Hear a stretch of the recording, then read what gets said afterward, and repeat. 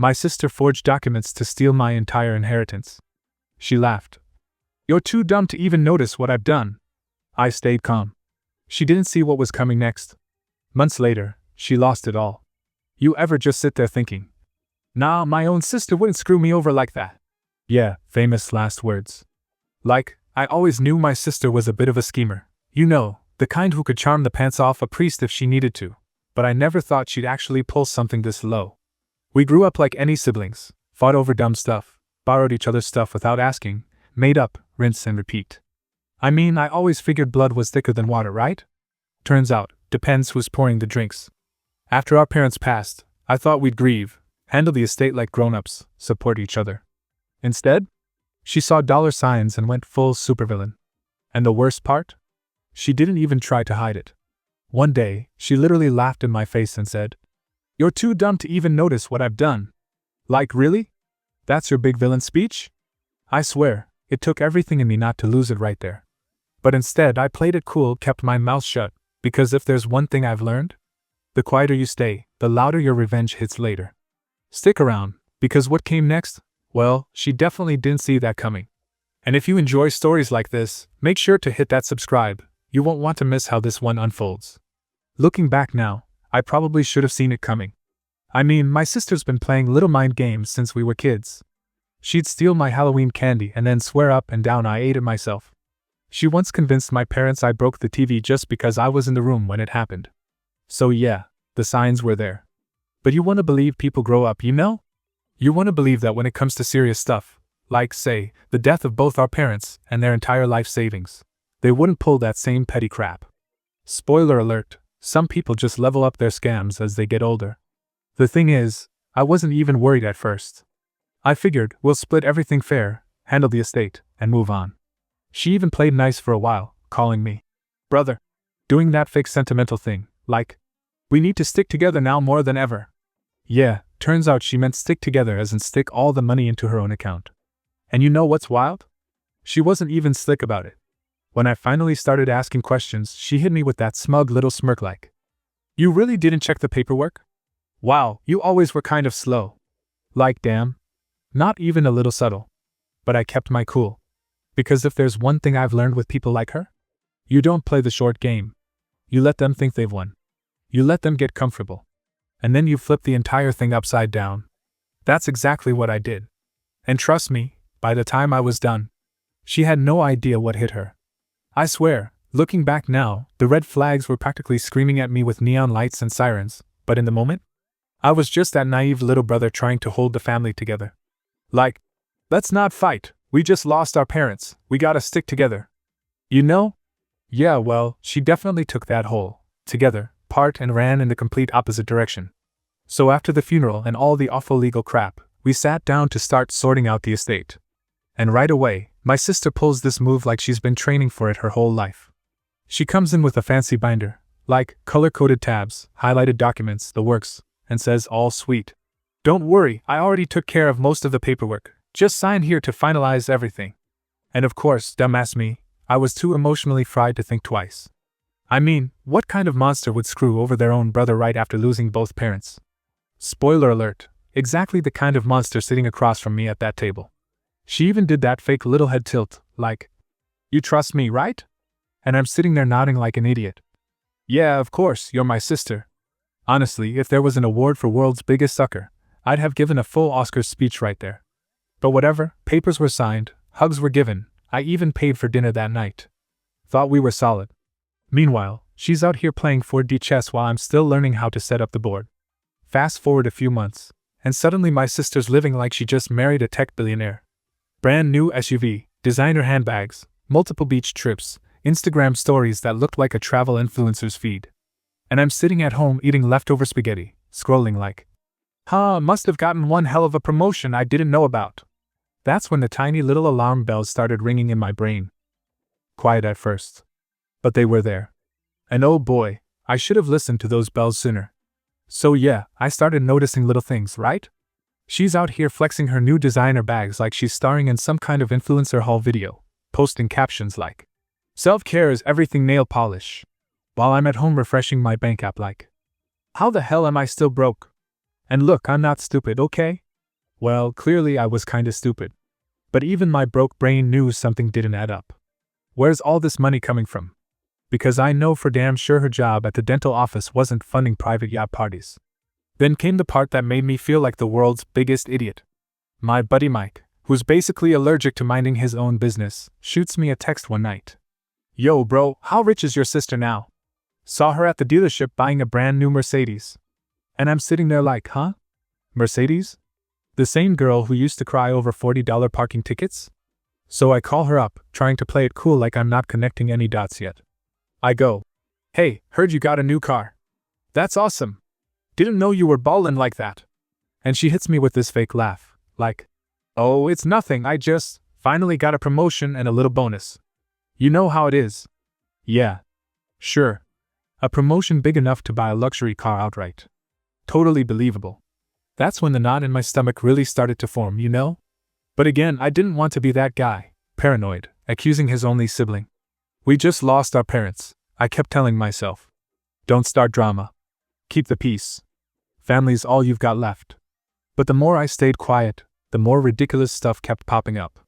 She suddenly found a deal on a vacation home, like people find deals on clearance t-shirts. Posting beach selfies every other weekend, sipping cocktails like she was in some Netflix reality show while I'm eating ramen 3 nights a week. And still, I kept swallowing it. Kept brushing it off. Kept thinking, nah, maybe she's just lucky. Spoiler alert, luck had nothing to do with it.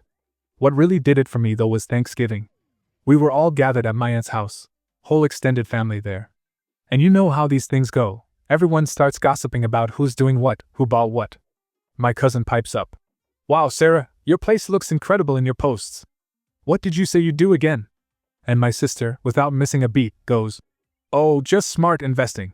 You know, being responsible with the money I inherited. And I swear to you, my heart stopped. The money she inherited? Excuse me? In that moment, it hit me like a freight train. That paperwork she had me sign? That was it. She didn't divide anything. She took it all. My parents' house, savings, retirement, every freaking penny they left behind, all funneled straight to her. And she just sat there, smiling, like I was some side character in her little rags to riches story. I barely made it through dinner. My head was spinning. But right then and there, I knew one thing for sure. I wasn't gonna let her get away with it. Not by a long shot. So after that Thanksgiving dinner, I went home and just sat there staring at my ceiling for hours. You know that feeling when your brain's trying to gaslight itself? Like, nah, maybe you misunderstood. Maybe she meant both of you inherited, she just phrased it weird. But deep down, I knew. My gut wasn't confused. My gut was screaming. I couldn't sleep that night. And listen, I'm not some financial genius or legal expert, but I do have Google and way too much caffeine when I'm pissed off. So I pulled up every single document I still had. Bank records, emails, even the damn funeral expenses. And that's when things started falling into place. First, I noticed the lawyer we used. Yeah, turned out he was some random friend of a friend, she recommended. Never even met him until the day we signed papers. Red flag number 1. Then I dug into the estate distribution files she had me sign. And that's when my stomach basically fell out of my body. My name wasn't on anything. Not a single asset. Not a penny. It was all transferred solely to her. My parents' house? Hers. Their retirement fund? Hers. The investment accounts? Hers. All neatly handed over while I was still too wrecked from the funeral to even read the fine print. She'd forged half of my authorization documents too, signatures that weren't even close to mine. Like seriously, you'd think if you're gonna forge someone's name, at least try not to make it look like a child scribbled it with their non-dominant hand. I literally said out loud, "You've got to be kidding me."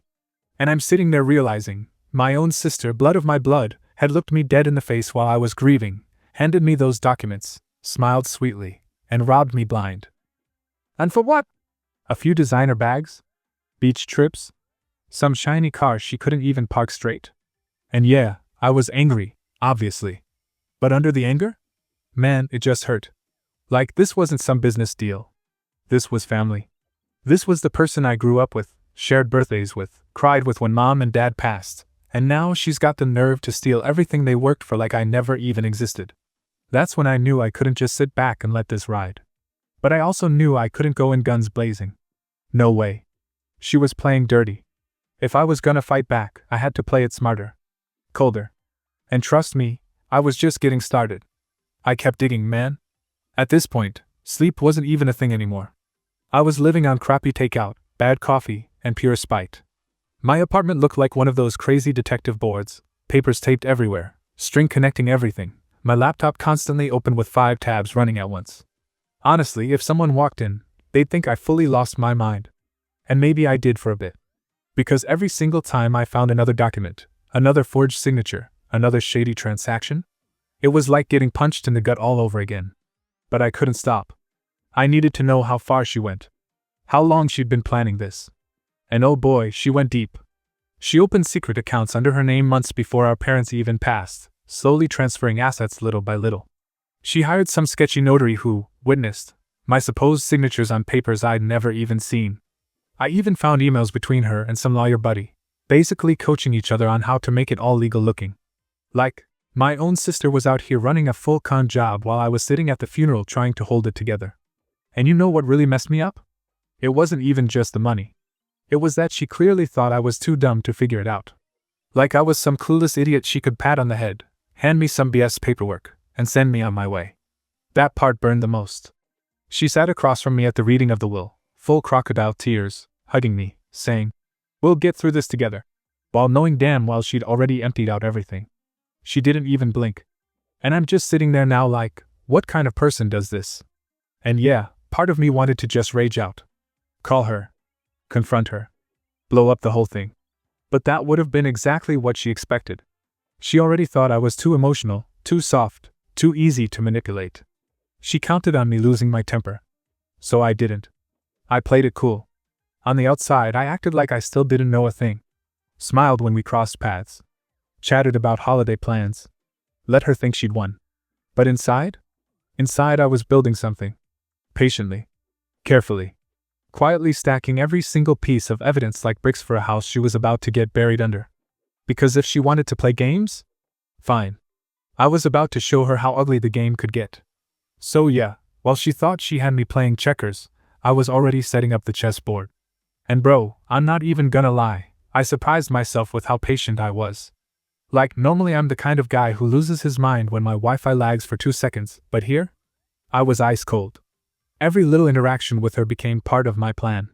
She'd call me up, all smiles, asking if I was doing okay with everything. Acting like she was this supportive big sister just trying to keep the family strong. And I'd play right into it.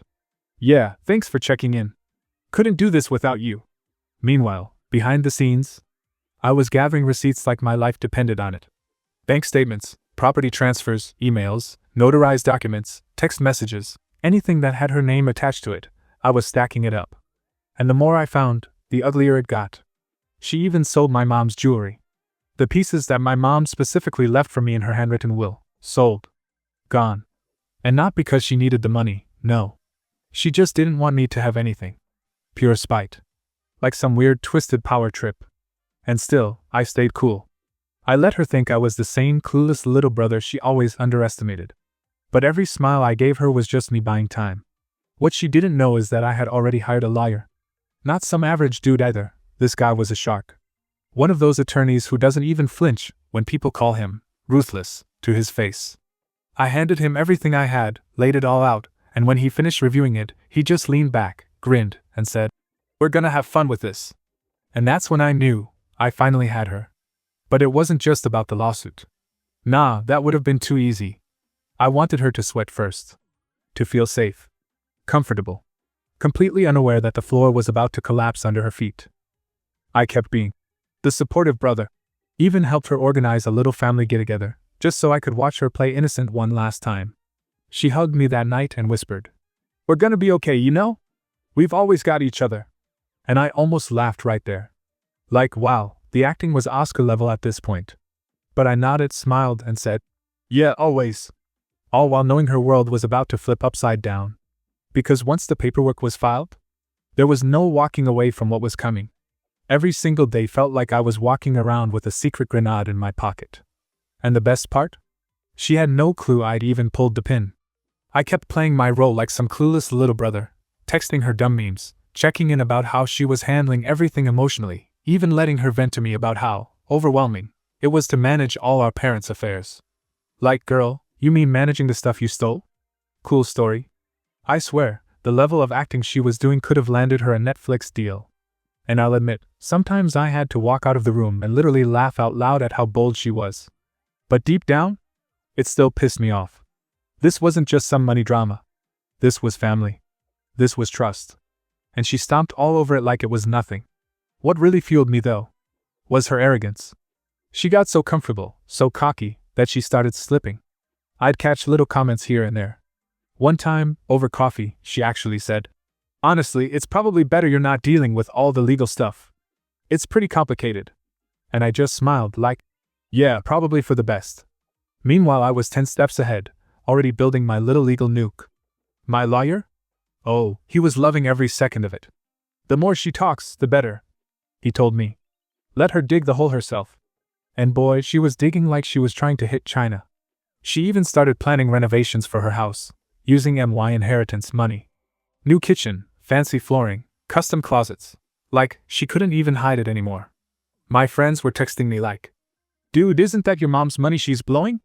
And I just hit them with, "Don't worry, I got this." Because by that point, I did. We had bank records, transfer receipts, fake signatures, emails, recorded phone calls where she basically admitted to manipulating things for the good of the family.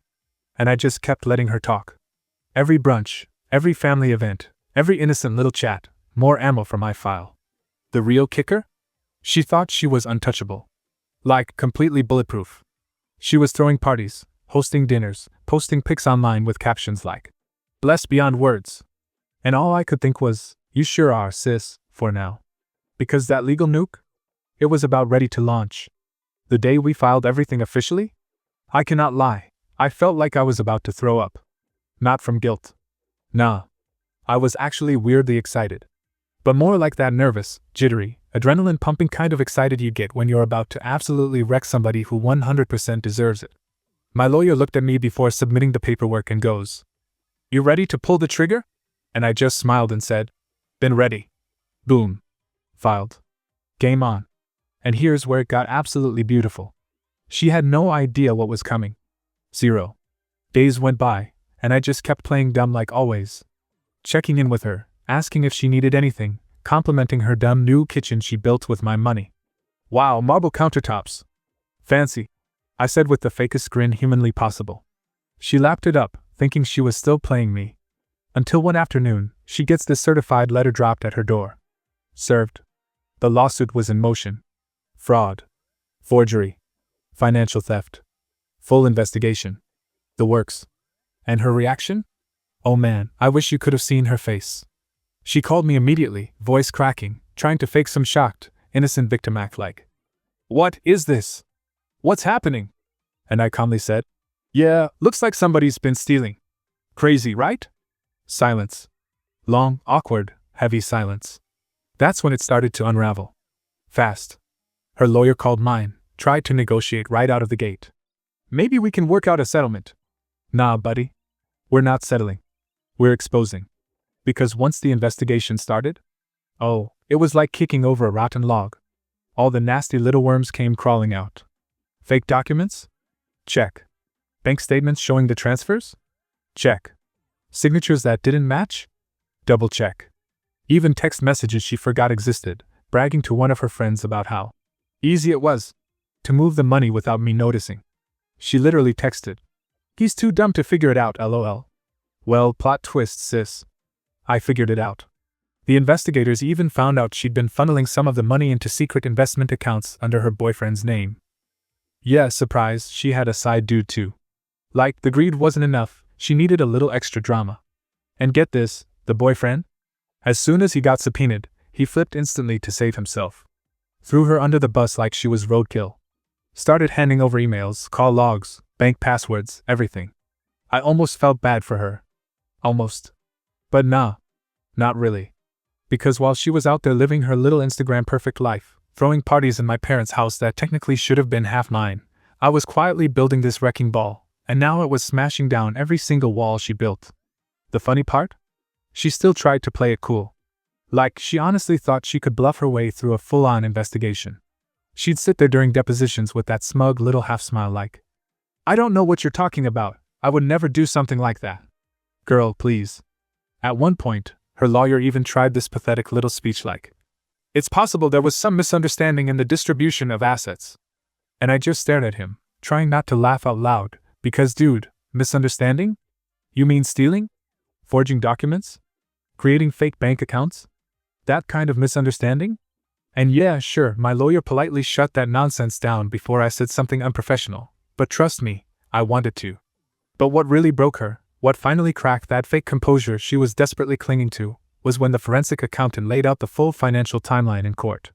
Every transaction, every forged signature, every penny she siphoned off. It was like watching a slow-motion car crash. She sat there frozen, hands shaking, face turning pale. And you know what she did? She actually tried to turn it around on me. She started crying in front of the judge like, he's just bitter because I've moved on with my life. He can't let go. And I'm sitting there thinking, lady, you're lucky they haven't arrested you yet. I mean, credit where it's due, she went all in on the performance. Full waterworks, voice breaking, like she was auditioning for some bad soap opera. But the judge? He wasn't buying it for 1 second. The evidence was just too overwhelming. And then came the boyfriend. Oh man. This dude, who was probably flexing his little side gig money while she was feeding him my inheritance, folded like a lawn chair the second he was questioned under oath. Started spilling everything. How they came up with the plan, how she forged the signatures, how they thought nobody would ever double-check. And at that point, it was game over. I didn't even have to say much. My lawyer basically just sat back like, Your Honor, I think the facts speak for themselves. And they really did. Watching her sit there, realizing she'd just thrown away everything for greed, for some clown who didn't even have the backbone to back her up in court, man, I wish I could bottle that feeling. That right there? That was the start of her entire life falling apart, and believe me, it only got uglier from there. You'd think after being exposed in court, and watching her boyfriend spill every last secret, she might finally own up to it. Maybe show some kind of guilt, right? Nah. Not her. The funny part is, once the court case was basically lost, she switched gears like a pro, straight into victim mode again. I was manipulated. I didn't know what I was signing. I trusted the wrong people. Girl, you were the one forging my signature. You were literally the mastermind behind all this. And now you're out here acting like you just accidentally stumbled into grand larceny? Please. But honestly, at that point, I didn't even need to respond anymore. The judge had seen enough, the lawyers had enough evidence to bury her 6 feet under, and the boyfriend's full confession was basically the final nail in the coffin. She was done. And oh man, when the sentencing part came around, that's where it hit her. Because you could see it on her face when the judge started listing everything: restitution, penalties, legal fees, plus a very generous chunk of community service and yeah, a pretty little criminal record that was gonna follow her around for the rest of her life. And then came the part she didn't see coming: civil lawsuit. That's right. I wasn't done yet. Because while the criminal court handled the justice part, I still wanted my money back. All of it. Every penny she stole from my inheritance, with interest. Her face? Absolute panic. You could literally see the color drain out of her as my lawyer filed the lawsuit right there on the spot. You can't do this! You've already won! She screamed in the hallway like she was the one being wrong. And I just looked at her and said, You stole from me for years. You played me, you lied to our entire family. You don't get to walk away from this like it's some minor misunderstanding. This is what happens when you think you're smarter than everyone else. And you know what? I walked away after that. Calm. Cold. Done. I didn't need to scream, didn't need to argue.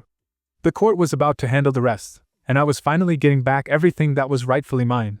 But believe me, this was just the beginning of how ugly her downfall got.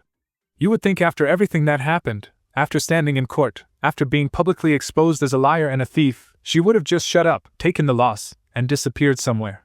Nope. Not my sister. The circus was just getting started. Once the civil lawsuit kicked in, she went into full-blown meltdown mode. I mean, you'd swear she was the victim in all of this. She started calling up family members, crying on the phone, spinning this whole new narrative. He's trying to ruin my life. He's taking everything from me. I'm gonna be homeless. I'm sitting there listening to my aunt tell me this nonsense, and I literally said, Aunt Carol, she stole hundreds of thousands of dollars from me. She forged legal documents. She committed multiple felonies. The fact she's not in jail already is a gift. And now I'm the bad guy. My aunt paused for a second and then said, "Well, you know how emotional she gets." "Oh sure, emotional. Like that excuses fraud." The wildest part? A few people actually started feeling sorry for her. That's how good she was at playing the victim. She went online, made these vague posts like, "Sometimes the people you trust most will destroy you. Pray for me during this hard time." And of course, all the social media clowns jumped in with, "Stay strong and you'll get through this, Queen." Queen of what? Identity theft? But it didn't stop there. She tried to delay the civil case, claiming she needed more time because of emotional trauma and mental distress. Her lawyer, who by the way was probably the only person still getting paid at this point, kept filing motion after motion to stall the whole process. But my lawyer? My lawyer was a freaking beast. Every motion they filed got shut down almost immediately. He came prepared with receipts, dates, witnesses, the whole package. We had everything airtight. The judge wasn't buying any of it anymore. You could tell he was over it. Every time she tried some new sob story, the judge just cut her off like, "We're not doing this again, Miss Carter." And yeah, I sat there quietly, watching her dig her own grave. I didn't even need to say much anymore. She was unraveling all on her own. Meanwhile, financially? She was drowning. Legal fees stacking up, credit ruined, assets frozen. And then came the big one. My attorney filed a motion to seize her new house. Yep. The same house she bought with my inheritance money. The house she bragged about on Instagram for months with her tacky, blessed captions. The house with the ugly granite kitchen she thought made her some kind of real estate mogul. Gone. Watching her face when she found out. Man, I'll be honest, it was hard not to smile. Not out of cruelty, but because this was justice finally showing up wearing steel-toe boots. And the best part? She still had no idea what I had planned next. Because what I did after that. That's where everything flipped for real. And here's where everything finally came together. So, after she lost the house, the court ordered her to liquidate pretty much whatever assets she had left to cover the damages. But here's the kicker, she didn't have much left. Turns out, my genius sister had been living way above her means long before she even touched my inheritance. Credit cards maxed. Loans she couldn't pay. She was basically juggling debt like some kind of broke circus act, hoping nobody would notice until the music stopped. Well, the music definitely stopped. Hard. Now remember, she thought she was clever hiding some of the money overseas under her new boyfriend's name. Yeah, she really thought transferring funds to a guy she met on a freaking cruise would save her. Spoiler alert, it didn't. Because my lawyer? Absolute savage. Tracked everything. Offshore account? Frozen. Joint assets? Seized. That boyfriend of hers? Dumped her the second the heat got real. Probably ran off to scam someone else. And while all this was unfolding, she still had the audacity to text me. No joke. I get this message and she goes, "You happy now? You've destroyed me." I actually sat there for a second just staring at my phone, laughing like, "Destroyed you? You mean after you stole my inheritance, forged signatures, dragged the whole family into this mess, played victim for months, lied to everyone's face, and then cried when you finally got caught?" Yeah. That's totally on me. But of course, I didn't respond. Didn't even give her the satisfaction of a reply. The court finalized everything, full restitution ordered, her credit wrecked for years, criminal charges hanging over her head. I didn't even have to push for prison time because honestly, watching her lose everything slowly, piece by piece, was better than any jail sentence. And now? She's living back in some tiny rental apartment, working some dead-end job, no friends left, reputation absolutely torched. Meanwhile, my inheritance? Fully recovered. Took a while, sure, but worth every damn second. And my parents? They would have been proud knowing justice was served. You know, when people hear this story they always ask me, "Don't you feel bad? I mean, she's still your sister." And my answer? Not even a little bit. Actions have consequences. She made her choices. She played stupid games and won stupid prizes. Simple as that. But hey, what do you think? Was I too harsh? Or did she get exactly what she deserved? Drop your thoughts in the comments. And if you enjoy stories like this, don't forget to hit that subscribe button and turn on notifications so you don't miss the next one.